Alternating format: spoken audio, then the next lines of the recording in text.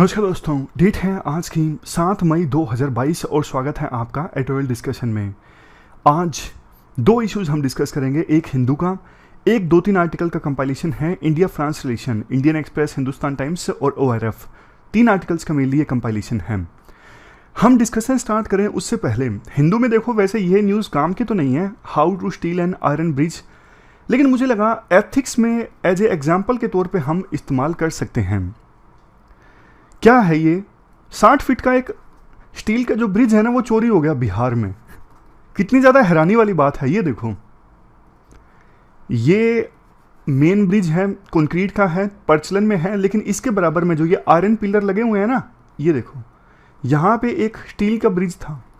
Use में तो नहीं था, लेकिन कायदे से अगर कुछ करना था तो सरकार को करना था ना। चोर इसको उखाड़ के ले गए। ऐसा नहीं कि एक रात में हुआ, 2 अप्रैल, 3 अप्रैल, 4 अप्रैल, 3 दिनों तक पूरा भारी भरकम काम चलता रहा। यहाँ पर पिकअप, SUVs, काफ़ी सारे वर्कर्स काम करते रहे। लेकिन गांव वालों ने सोचा कि सरकार का काम चल रहा है, क्योंकि वो तो चाहते ही थे इस ब्रिज को अब ख़त्म कर दिया जाए, क्योंकि ये मेन ब्रिज नहीं है, अब सब इसी को यूज़ करते हैं। तो गाँव वालों ने रिक्वेस्ट भी की थी कि अब इस ब्रिज को उखाड़ दिया जाए। तो जब इतने सारे लोग JCB के साथ काम कर रहे थे, उन्हें लगा कि अब तो सरकार ब्रिज को उखाड़ रही है, हमारी तो समस्या का समाधान हो गया। लेकिन 6 अप्रैल को उन्हें पता लगा कि ब्रिज सरकार ने नहीं हटाया, ब्रिज तो चोरी हो गया है। देखो, पुराना जो कबाड़ होता है ना आयरन वाला, वो 50 से 60 रुपए किलो में मिलता है। तो जिन्होंने चोरी की उनको लगा कि बहुत सारा पुराना स्क्रैप वाला आयरन यहाँ से मिलेगा, उसको बेच के हम माला माल हो जाएंगे। और उसमें लोकल इरिगेशन डिपार्टमेंट के ही एक SDO का हाथ था, क्योंकि देखो उनको पता होता है। ऐसे तो मुझे लगता है कि शायद किसी की हिम्मत होना कि वो इतना बड़ा काम कर दे। तो लोकल जो इरिगेशन डिपार्टमेंट वाले SDO थे ना, वो रिटायर होने वाले थे। उन्होंने ही ये प्लान बनाया कि मैं बुलाता हूँ स्क्रैप वाले को और उनको पूरा जो ब्रिज है बेच के हम रिटायरमेंट का बंदोबस्त हमारा हो जाएगा। तो ये इंडिया की सोसाइटी की दशा को दर्शाता है। आप एज ए एग्जाम्पल लिख सकते हो एथिक्स में। अब चलिए डिस्कशन स्टार्ट करते हैं। First important article India France relationship से संबंधित है। आप GS पेपर सेकंड के इस टॉपिक से आर्टिकल को रिलेट कर सकते हो। देखो, ये फ्रांस का मैप है यूरोप में। कंटेक्स्ट अभी ये है, भारत के प्रधानमंत्री मोदी हाल ही में फ्रांस की यात्रा पर गए और फ्रांस के जो राष्ट्रपति है ना मैक्रोन, ये दूसरी बार अभी हाल ही में री-इलेक्ट हुए हैं। इस मौके पर, मतलब भारत के प्रधानमंत्री मोदी फ्रांस की विजिट पर गए थे ना, इस मौके पर भारत के विदेश मंत्री S जयशंकर ने स्टेटमेंट दी। दोनों देशों के संबंधों में बहुत ज़्यादा ट्रस्ट है और दोनों देशों के बीच जो रिलेशंस है ना, वो सडन शिफ्ट और सरप्राइजेस पर आधारित नहीं है। क्या मतलब है? जैसे देखो, यूक्रेन वार हो गया। यूक्रेन वार पर इंडिया का स्टैंड अलग है, फ्रांस का स्टैंड अलग है, लेकिन इसकी वजह से ऐसा नहीं हुआ कि दोनों देशों के बीच में रिलेशंस खराब हो गए। तो जो रिलेशंस है ना, वो काफ़ी समय से अच्छे चले आ रहे हैं। अभी हम डिस्कस भी करेंगे कैसे।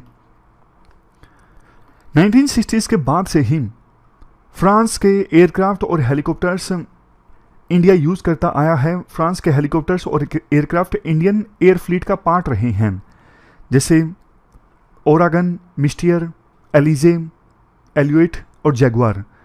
1984 में US ने तारापुर न्यूक्लियर प्लांट के लिए न्यूक्लियर फ्यूल को सप्लाई करने से मना कर दिया था, अपने किसी डोमेस्टिक लॉ का हवाला देते हुए। बट देखो, उस समय फ्रांस सामने आया था। फ्रांस ने इंडिया को बोला था, आप डरिए मत, हम आपको फ्यूल देंगे, न्यूक्लियर फ्यूल, जो आप इस्तेमाल कर सकते हो तारापुर न्यूक्लियर प्लांट में बिजली प्रोड्यूस करने के लिए। फ्रांस ने इंडिया को इंडिया के स्पेस प्रोग्राम में सपोर्ट किया। फ्रांस ने इंडिया की हेल्प की श्रीहरिकोटा लॉन्च साइट को डेवलप करने में। इसके अलावा जो ये टेक्नोलॉजीज़ है ना, रॉकेट टेक्नोलॉजीज़, सेंटोर और वाइकिंग रॉकेट टेक्नोलॉजीज़, इनको भी फ्रांस ने इंडिया के साथ शेयर किया 1970s में। हालांकि देखो, कोल्ड वार के दौरान फ्रांस चूंकि USA के ग्रुप में था और इंडिया कहने को तो USSR के ग्रुप में नहीं था, लेकिन USSR के साथ इंडिया के रिलेशन अच्छे थे। कहने को इंडिया NAM का पार्ट था, NAM का लीडर था। तो अलग अलग ग्रुप्स में होने के बावजूद वेस्ट में फ्रांस इंडिया का एक रिलायबल पार्टनर रहा। 1998 में दोनों देशों ने स्ट्रेटेजिक पार्टनरशिप इस्टेब्लिश की, क्योंकि देखो बायलैटरल रिलेशनशिप तो अच्छी थी ही, लेकिन वर्ल्ड में दूसरे इश्यूज पर भी दोनों देशों के जो व्यूज है ना वो कन्वर्ज हो रहे थे, यानी सेम सेम निकल के आ रहे थे। इसलिए दोनों देशों ने मिलकर स्ट्रेटेजिक पार्टनरशिप स्टैब्लिश कर ली 1998 में। ये जो स्ट्रेटेजिक पार्टनरशिप है ना वो काफ़ी वैल्यूज़ पर आधारित है जो दोनों देश शेयर करते हैं। जैसे देखो, दोनों देश चाहते हैं मल्टीपोलर वर्ल्ड ऑर्डर होना चाहिए। वर्ल्ड ना पूरी तरह से यूएस डोमिनेटेड होना चाहिए, ना ही चाइना डोमिनेटेड। दोनों मल्टीलेटरलिज्म को सपोर्ट करते हैं, स्ट्रेटेजिक ऑटोनॉमी में विश्वास रखते हैं, मतलब नेशनल इंटरेस्ट को देखते हुए फॉरेन पॉलिसी संबंधित फैसले खुद लिए जाएं। इंटरनेशनल लॉ का समर्थन करते हैं दोनों देश। दोनों देशों में डेमोक्रेसी है, दोनों देशों में फंडामेंटल राइट्स का प्रोविजन है, रूल ऑफ लॉ को प्राथमिकता दी जाती है, ह्यूमन राइट्स की रिस्पेक्ट की जाती है। तो ये सेम वैल्यूज़ दोनों देशों के द्वारा शेयर की जाती हैं। और वैसे देखो, इंडिया और फ्रांस के बीच स्ट्रेटेजिक पार्टनरशिप के जो मेन पिलर्स हैं ना वो है defence and security cooperation, space cooperation, civil nuclear cooperation. ये मेन पिलर हैं इंडिया और फ्रांस के बीच स्ट्रेटेजिक पार्टनरशिप के। रिसेंट डेवलपमेंट्स क्या हुई हैं? देखो, 1998 में जब इंडिया ने न्यूक्लियर एक्सपेरिमेंट किया था ना, तो विभिन्न वेस्टर्न कंट्रीज ने इंडिया के ऊपर सैंक्शंस लगा दिए थे। लेकिन उस समय भी फ्रांस का जो रुख था ना इंडिया की तरफ इतना सख्त नहीं था। फ्रांस ने माना सिक्योरिटी कंपल्सन्स को देखते हुए इंडिया ने न्यूक्लियर एक्सपेरिमेंट किया है, क्योंकि चाइना से खतरा था इंडिया को। तो फ्रांस का रुख उस समय इंडिया की तरफ नरम था। फ्रांस ने यूएन सिक्योरिटी काउंसिल में इंडिया के लिए परमानेंट सीट की वकालत की है। इवन इंडिया, फ्रांस, ऑस्ट्रेलिया एक ट्राइलेटरल डायलॉग है जो कि देखो free, open and inclusive Indo Pacific की कल्पना करता है। इसका भी पार्ट है फ्रांस। फ्रांस और इंडिया मिलकर काफ़ी सारी मिलिट्री एक्सरसाइजेज कंडक्ट करते हैं, जैसे वरुणा नेवल एक्सरसाइज है, गरुड़ा एयरफोर्स एक्सरसाइज है, शक्ति आर्मी एक्सरसाइज है। दोनों देश इंडियन ओशन रीजन में मैरीटाइम डोमेन अवेयरनेस में मिलकर काम कर रहे हैं। फ्रांस देखो रशिया के बाद इंडिया का सेकेंड लार्जेस्ट आर्म सप्लायर बन के उभरा है। काफ़ी सारे मिलिट्री इक्विपमेंट से इंडिया फ्रांस से इंपोर्ट कर रहा है, जैसे राफेल, मिराज 2000 फाइटर एयरक्राफ्ट और scorpion submarine. Science and technology की बात करें, इंडिया और फ्रांस स्पेस डोमेन में स्ट्रेटेजिक पार्टनरशिप शेयर करते हैं। दोनों ने मिलकर जॉइंट विजन लॉन्च किया था, joint vision for space cooperation. ये 2018 में लॉन्च हुआ था। सैटेलाइट नेविगेशन में और इससे संबंधित टेक्नोलॉजीज में दोनों देश आपस में कोऑपरेट कर रहे हैं। दोनों मिलकर वर्ल्ड का सबसे बड़ा न्यूक्लियर पार्क एस्टैब्लिश कर रहे हैं महाराष्ट्र के जैतरपुर में। इसके अलावा देखो, एनर्जी के डोमेन में भी फ्रांस ने इंडिया का सपोर्ट किया। एनर्जी यानी न्यूक्लियर सप्लायर ग्रुप से एग्जाम्पशन लेने में 2008 में, ताकि इंडिया न्यूक्लियर फ्यूल हासिल कर सके दूसरे देशों से। फ्रांस ने एनर्जी में इंडिया की एंट्री का समर्थन किया और इंडिया और फ्रांस ने मिलकर इंटरनेशनल सोलर अलायंस भी इस्टेब्लिश किया। अगर देखो ट्रेड की बात करें, दोनों देशों के बीच में ट्रेड कितना है? 12.58 बिलियन यूरोज। इंडिया का एक्सपोर्ट फ्रांस में 6.70 बिलियन यूरोज और इंडिया का इंपोर्ट फ्रांस से 5.88 बिलियन यूरोज। हालांकि देखो जर्मनी की अपेक्षाकृत ये काफ़ी कम है, आगे आएगा ये कंसर्न में, लेकिन फिलहाल आंकड़े जान लीजिए अगर लिखने हो तो आंसर्स में। डायस्पोरा की बात करें, ठीक ठाक डायस्पोरा है इंडिया का फ्रांस में, ऑलमोस्ट 1,09,000। लार्जली जो लोग रहते हैं ना इंडियन मूल के फ्रांस में, ये पोडिचेरी, कराईकल, यनम, माहे, चंद्रनागौर, इन सब चीज़ों से, इन सब जगहों से हैं। और बहुत सारे इंडियन ओरिजिन के जो लोग हैं ना फ्रांस की ओवरसीज टेरिटरी में भी रहते हैं, जैसे रीयूनियन आइलैंड है, यहाँ पे है, ये सेशल्स है और ये है रीयूनियन आइलैंड, दिख गया। तो ऐसी ऐसी फ्रांस की जो ओवरसीज टेरिटरी है ना, यानी मेनलैंड फ्रांस से काफ़ी दूर हैं, वहाँ पे भी काफ़ी ज़्यादा भारतीय मूल के लोग रहते हैं। जैसे रीयूनियन आइलैंड में 2,80,000 भारतीय रहते हैं। इंडो पैसिफिक में सिक्योरिटी की बात करें, चूँकि देखो फ्रांस का ये रीयूनियन आइलैंड है ना, ये इंडो पैसिफिक रीजन में आता है, खास करके इंडियन ओशन में बोलिए, इंडो पैसिफिक तो एक काफ़ी बड़ा एरिया हो गया। तो इंडियन ओशन में जो भी देश आते हैं ना वो इंडिया के लिए स्पेशल इंटरेस्ट रखते हैं, क्योंकि चाइना इस रीजन में अपनी डोमिनेंस, अपना इन्फ्लुएंस जमाने की कोशिश कर रहा है और परंपरागत रूप से यहाँ पे इंडिया का इन्फ्लुएंस रहा है। इंडिया ने इस रीजन के लिए सिक्योरिटी प्रोवाइडर का, नेट सिक्योरिटी प्रोवाइडर का काम किया है। नेक्स्ट पॉइंट, दोनों देशों में काफ़ी ट्रस्ट रहा है, जैसा पहले भी मैंने आपको बताया। 1998 के न्यूक्लियर एक्सपेरिमेंट के बाद फ्रांस इंडिया के साथ खड़ा रहा था। एनएसजी के मुद्दे पर फ्रांस ने इंडिया का साथ दिया। सिक्योरिटी काउंसिल में परमानेंट सीट के लिए फ्रांस ने इंडिया का समर्थन किया। सिग्निफिकेंस की अब बात करते हैं। दोनों देशों के बीच रिलेशनशिप की सिग्निफिकेंस क्या है। दोनों देशों ने जैसे देखो मिलके इंटरनेशनल सोलर अलायंस इस्टेब्लिश किया था। मिलके चलेंगे तो क्लाइमेट चेंज की समस्या को टैकल करने में दोनों मिलके चलेंगे तो काफ़ी फायदा होगा। ग्लोबल स्टेबिलिटी इस्टेब्लिश कर सकते हैं। जैसे देखो फ्रांस के राष्ट्रपति ने रशिया के राष्ट्रपति पुतिन के साथ काफ़ी बार बात की, उन्होंने कोशिश की विवाद को सुलझाने की। इंडिया भी यही चाहता है कि विवाद सुलझे, जल्द से जल्द पीस कायम हो। तो दोनों के जो इंटरेस्ट है ना वो कन्वर्ज करते हैं। दोनों मिलकर काम करेंगे तो यूरोप में रशिया की असर्टिवनेस को बढ़ने से रोका जा सकता है और एशिया में चाइना के बढ़ते दबदबे को रोका जा सकता है। लेकिन अब चैलेंजेस की बात करें, चैलेंजेस क्या क्या है रिलेशनशिप में। सबसे पहला चैलेंज, काफ़ी सारे प्रोजेक्ट्स तो रुके हुए हैं, जैसे जैतरपुर न्यूक्लियर प्रोजेक्ट काफ़ी दिनों से रुका हुआ है। नेक्स्ट, रिलेशनशिप अच्छी है लेकिन अभी भी फ्रांस के साथ इंडिया का फ्री ट्रेड एग्रीमेंट नहीं है। इवन फ्रांस यूरोप में आता है, यूरोपियन यूनियन का पार्ट है। इंडिया और यूरोपियन यूनियन में भी कोई ट्रेड एंड इन्वेस्टमेंट एग्रीमेंट नहीं है, broad based trade and investment agreement यानी कि BTIA। नेक्स्ट, यूक्रेन वार के मुद्दे पर दोनों के व्यूज अलग अलग हैं। देखो अभी तो कोई दिक्कत नहीं है, लेकिन वार बहुत लंबा चला, जब दिक्कत आ जाएगी फिर दोनों को एक स्टैंड लेना ही पड़ेगा। मतलब फ्रांस ने तो ऑलरेडी ले ही रखा है स्टैंड, इंडिया को फिर एक स्टैंड लेना ही पड़ेगा। अगर इंडिया रशिया के साथ गया तो फिर रिलेशनशिप में खटास आ सकती है। ट्रेड की बात करें, ट्रेड काफ़ी कम है। जर्मनी के साथ हमारा ट्रेड ऑलमोस्ट डबल है फ्रांस के साथ ट्रेड से। टारगेट रखा गया था 12 मिलियन का, अब जाके वो अचीव हुआ है, 2008 में जाके रखा गया था। क्या किया जा सकता है? पहला, फ्रांस के साथ देखो रिलेशनशिप अच्छी है, तो इस रिलेशनशिप का फायदा उठा के इंडिया यूरोपियन यूनियन के साथ में broad based trade and investment agreement sign करे जल्द से जल्द।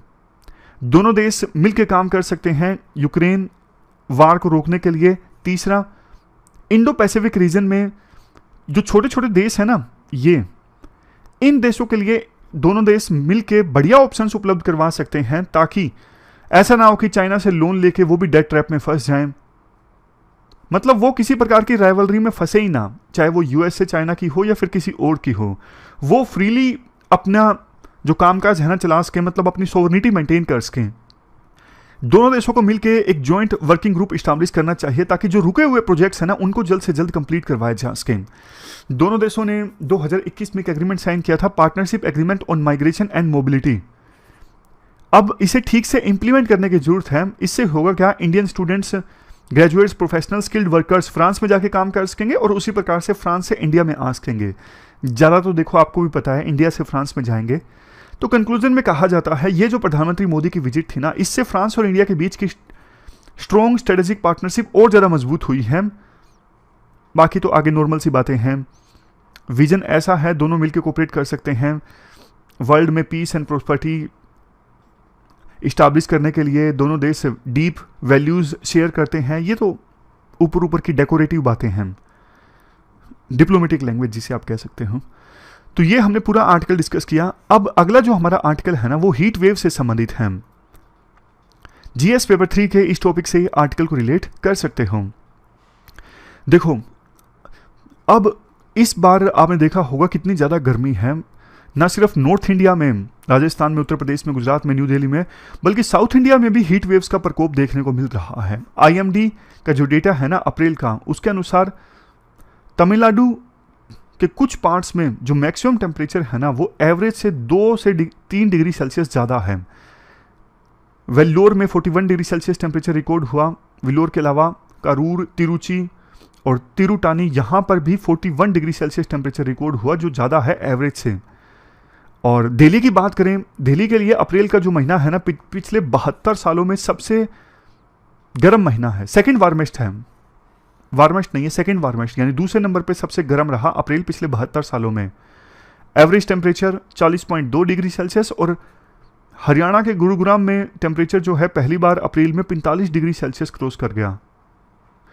अब देखो ऐसी सिचुएशन में वो लोग जो बेचारे मजदूर हैं, जिनकी मजबूरी है घर से बाहर निकल के काम करना, जैसे एग्रीकल्चर लेबर है या फिर कंस्ट्रक्शन वर्कर हैं, अब ये तो देखो छाया में काम नहीं कर सकते, इन्हें तो काम करना ही पड़ेगा।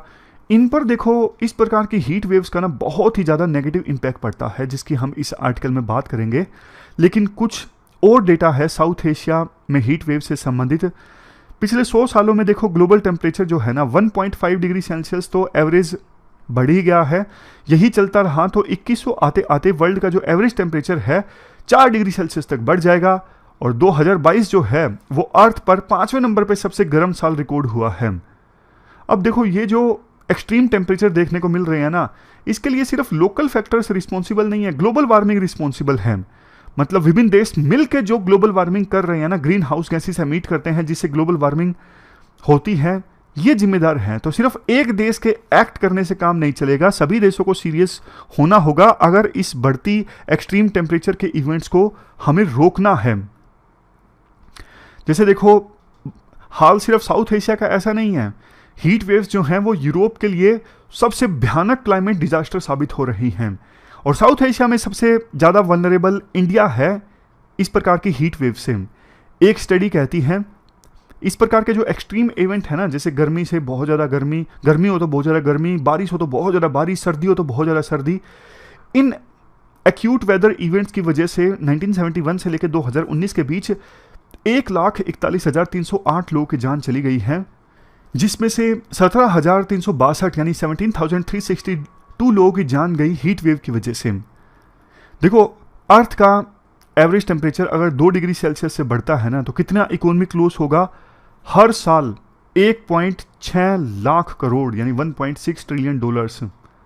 ऐसी सिचुएशन रही तो इंडिया के जो आउटडोर वर्कर्स हैं ना, इनको देखो डेली बेसिस पे 40 डिग्री सेल्सियस से ज़्यादा के टेम्परेचर में काम करना पड़ेगा, और अगर इनकी वेलबींग को हमें ध्यान में रखना है ना, तो किसी भी कीमत पर 2 डिग्री सेल्सियस से ज़्यादा अर्थ का एवरेज टेम्परेचर नहीं बढ़ना चाहिए।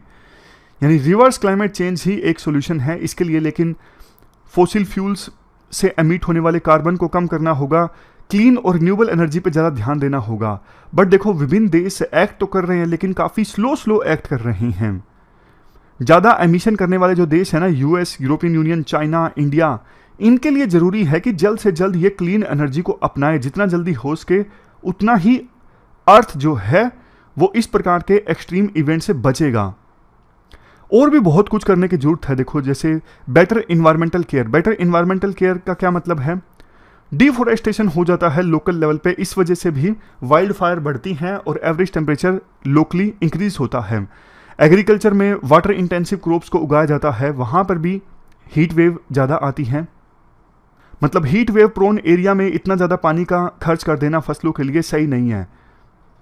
तो ये छोटे छोटे जो फैक्टर्स हैं ना, इन पर ध्यान देने की आवश्यकता है। जैसे एफोरेस्टेशन हो लोकली, अर्बन एरियाज़ में पेड़ उगाए जाएं, पानी का सही ढंग से इस्तेमाल हो, वाटर इंटेंसिव क्रॉप्स की बजाय सिचुएशन देखते हुए जो बार बार हम बात करते हैं हाई वैल्यू और हाई न्यूट्रिशन वाली क्रॉप्स को उगाया जाए, जैसे कि देखो मिलेट्स हैं।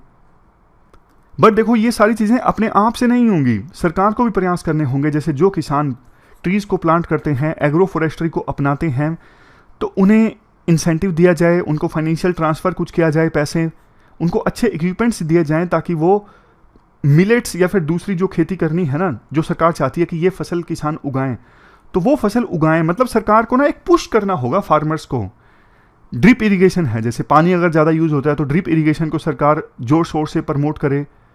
अर्बन ग्रीड की हमने बात की कि अर्बन एरियाज़ में पेड़ होने चाहिए।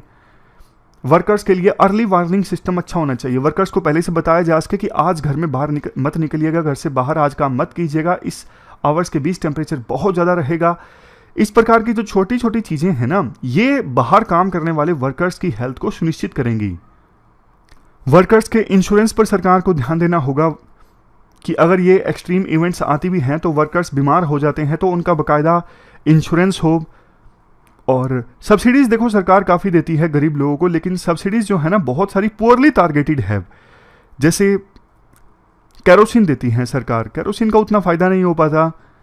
सिर्फ जितनी सब्सिडी सरकार देती है ना, उसका 26% डायरेक्टली गरीब लोगों तक पहुंच पाता है। तो ये हमने पूरा आर्टिकल डिस्कस किया हीट वेव्स और इसके बाहर जो मजदूर काम करते हैं ना, वर्कर्स काम करते हैं, उन पर कितना ज़्यादा नेगेटिव इम्पैक्ट पड़ता है और उनके लिए सरकार क्या अलग से कर सकती हैं। तो ये थी हमारी आज की डिस्कशन। आज हमने 2 इश्यूज डिटेल से डिस्कस किए। Thank you very much for discussion.